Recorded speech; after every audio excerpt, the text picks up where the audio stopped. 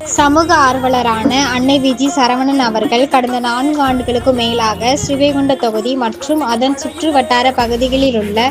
ஆதரவற்ற ஏழை எளியவர்களுக்கு இல்லம் தேடி மதிய உணவு மற்றும் இரவு உணவு திட்டத்தை ஏற்படுத்தி உணவு வழங்கி வருகிறார். இந்நிலையில் தமிழக வெற்றி கழகத்தின் 50 கொள்கை தலைவர்களுள் ஒருவரான சமூக ஆர்வலர் அஞ்சலை அம்மாளை கொள்கை தலைவராக அறிவித்ததன் ஈர்ப்பால் தமிழக வெற்றி கழகத்துடன் இணைந்து தமிழக வெற்றி கழக தலைவர் தளபதி திரு விஜய் அவர்களின் ஆசியுடன் கழக பொதுச் செயலாளர் அண்ணன் புசியன் ஆனந்த் அவர்களின் வழிகாட்டுதலின்படியும் 12/12/2025 அன்று 1277வது நாளாக ஏரல், உண்டியலூர், ஸ்ரீவைகுண்டம், கோட்டைக்காடு, திருத்தண்டநல்லூர் மற்றும் கீழமங்கலக்குறிச்சி